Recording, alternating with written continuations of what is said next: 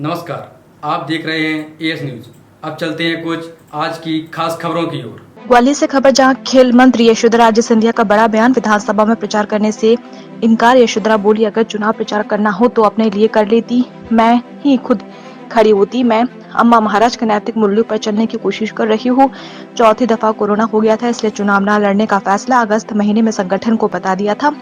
मेरा शरीर मेरा साथ नहीं दे रहा था, इसलिए कुर्सी किसी को भी मिल जाए, इसलिए ये फैसला लिया है। मध्य प्रदेश में चुनाव का माहौल अच्छा है, पीएम आ रहे, गृह मंत्री आ रहे, सरकार बीजेपी की बनेगी। यशोधरा राजे सिंधिया। नमस्कार। नमस्कार नाजिर जी।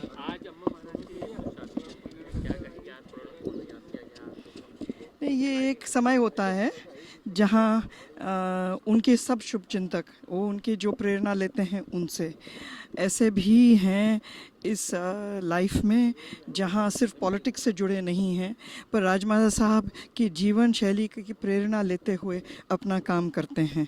तो उन सब को मैं आज इस दिन पे बुलाती हूँ।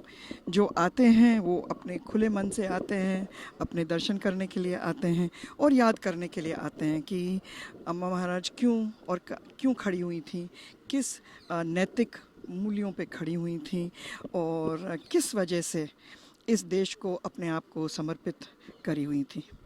लेकिन कुछ लोगों ने आप उनकी कुर्बानियों और आपकी कुर्बानियों को भी बहुत याद किया। नहीं, वो तो अभी भी वो विधानसभा चुनाव में उस जिस तरह से आपने नहीं, मुझे आप शर्मिंदा कर रहे हो ऐसे कहते हुए।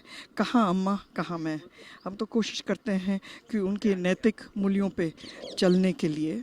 और मैंने अगस्त में ही मेरे संगठन को बता दिया था कि चौथे दफ़े कोरोना मई में ही हुआ और मैं तीसरे से भी नहीं रिकवर हो पाई, क्योंकि मेरे पास इतना विभागों का काम था और शिवपुरी शहर में और ग्रामीण में जो मुझे ख़त्म करना था वो काम भी निपटाने थे।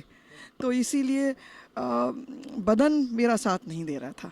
हमें क्या है कि मैं बहुत मेहनत करती हूँ और अगर आज चुनाव है तो चुनाव में भी मेहनत करनी पड़ती है, दौरे करने पड़ते हैं और दौरे मेरे से हो नहीं पा रहे थे।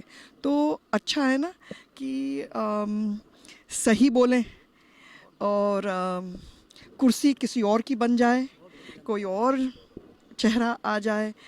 ये भी एक दिशा भी दिखा देती है कि कुर्सी हमेशा नहीं रहेगी। अगर मुझे प्रचार प्रसार में निकलना था तो मैं तो खुद अपने ही प्रचार प्रसार में निकल आती और मैं ही खुद खड़ी होती। अभी तो आप, अरे आप लोग एक स्कूल शुरू करो जिसमें आप हम पॉलिटिशियंस को सिखा सकते हो दिशा कौन सी होनी चाहिए। Thank you. सरकार को लेकर क्या सोचते हैं इस बार, किस तरह का क्या रहेगा मध्य प्रदेश? अच्छा ही रहेगा, माहौल अच्छा है और बढ़ता जा रहा है। हमारे सम्माननीय आदरणीय प्रधानमंत्री भी कल शायद रतलाम में थे। ग्वालियर के भी दौरे होंगे, सब दूर दौरे होंगे उनके और गृह मंत्री जी के, और मुझे लगता है उससे माहौल और बढ़ता जाएगा और लोगों की जो विश्वास की जो बात है ना, वो विश्वास बढ़ती जाएगी। धन्यवाद आप सबका। अब मैं अम्मा के लिए आई हूँ।